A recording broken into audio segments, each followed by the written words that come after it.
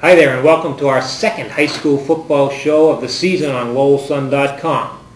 I'm here with the legendary Rick Harrison, and Mr. Lynn Worthy is on my right. Every week we'll have a rotating panel of sports writers and editors touching upon a number of high school football topics for your fun and entertainment. Let's start with Methuen beating Billerica last Friday night. Was this the shocker it's being made out to be? Rick, what do you think? Well, I picked Billerica to win the game. I thought they would, but I didn't have a very good week all around. But I thought Methuen had a good shot at beating them. I thought it was kind of a toss-up game, but I was going with the local team. Methuen is very, very good, very well coached by Pat Graham. He's done a great job turning that program around. And no, I don't think it was a shock. I think it could be called maybe a mini upset, but not a shock, because they almost made the playoffs last year. They're off to a very good start this year. And, I mean, they've got a great quarterback. There's some tremendous passing combinations in the league this year, and one of them belongs to Methuen. Their quarterback, Carroll, and their veteran wide receiver, Max Manaya. And I think it was a bunch of going back and forth, seesaw and counter-punching, and Methuen got in the last blow. But Lynn, the legendary Nicholas Spada, he wasn't supposed to lose. What happened to, he had a good game, but... Yeah, I mean, I want to say I saw Methuen last year, and they had a good team last year. They had a lot of guys coming back this year. The one thing that you look at some of the early games this season, Billerica's defense had given up some points, even in the wins that they had. They'd given up some points to some teams. So I don't think the defense is quite at the level that it was last year, because last year's defense was hard to score on, and even games where they didn't have their greatest game, they came up with some turnovers and they made big plays. So I'm not sure if that defense is quite where it was last year. But I mean, La Spada obviously is going to keep them in a lot of games, but Methuen's pretty good. I mean, even from what I remember from seeing last year, they had guys on the line who might not have been as big as some of the kids that you usually see at Billerica, but they were blowing people off the ball. They were just tough. You could tell they were well coached. A lot of them came back again this year, and I think coming into this year they had their sights set on going far. So it's not a surprise, just like Rick said. Yeah, it's hard to believe we're talking about Methuen High being a force in the MVC.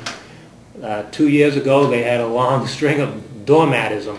They were awful. They were down there with Havel, but all of a sudden they were a force, and Pat Graham, all credit to him for turning that program around. Let's talk about the undefeated teams in the area so far. We got Chelmsford, we've got Lowell, Tingsboro, Wilmington, and Bishop Gert. Rick, which of those is a surprise, and which team has the best shot at an undefeated season? Well, I think I'd go with Girton as the team with the best shot at an undefeated season, and I don't think any of the 5 or 6 teams that you mentioned, I don't think any of them has really played a tough schedule all the way through yet, even though it's only 3 games. But the 2 surprises to me, the most surprising teams are Lowell and Tingsboro.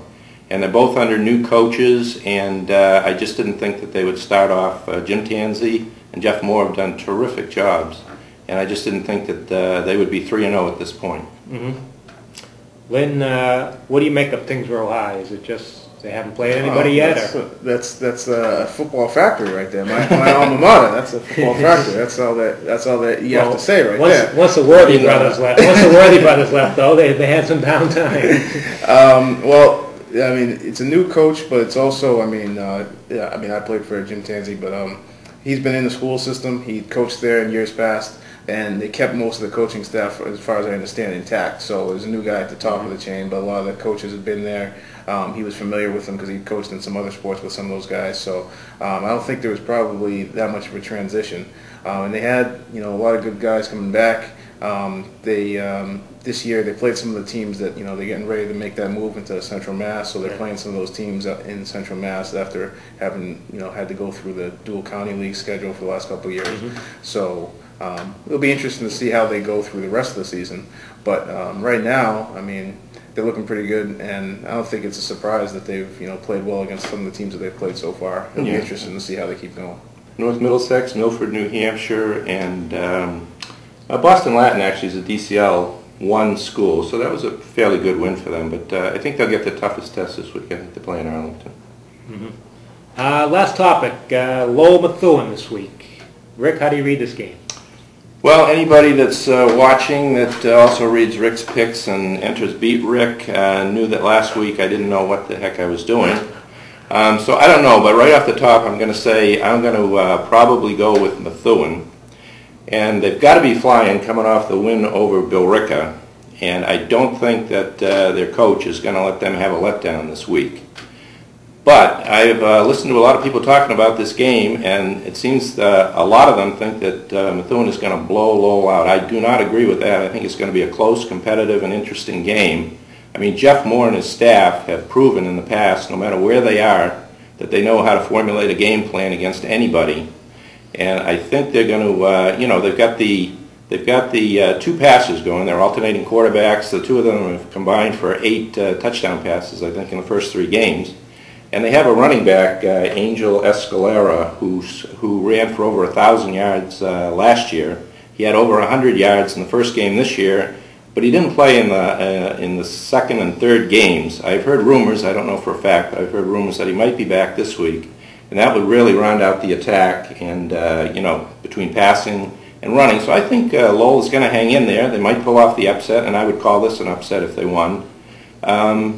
And I think it's just going to be a lot closer. Maybe people are talking about 3 or 4 touchdowns, Methuen. That's not going to happen, I don't think. I'm going maybe 10 points, possibly 2 touchdowns, but a close game until the end. And we've got Methuen and Chelmsford the week after. That should be a big one. That'll wrap it up for this week. We'll see you next week, same time, same channel. You won't see Mr. Worthy. He's leaving us for greener pastures.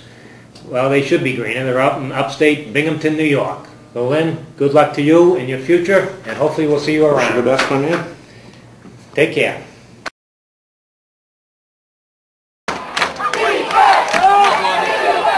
Pass is complete to number 8, Ryan Donahoe. Touchdown, Indians. Ball carried by number 7, Nicholas Browner. Touchdown, Indians.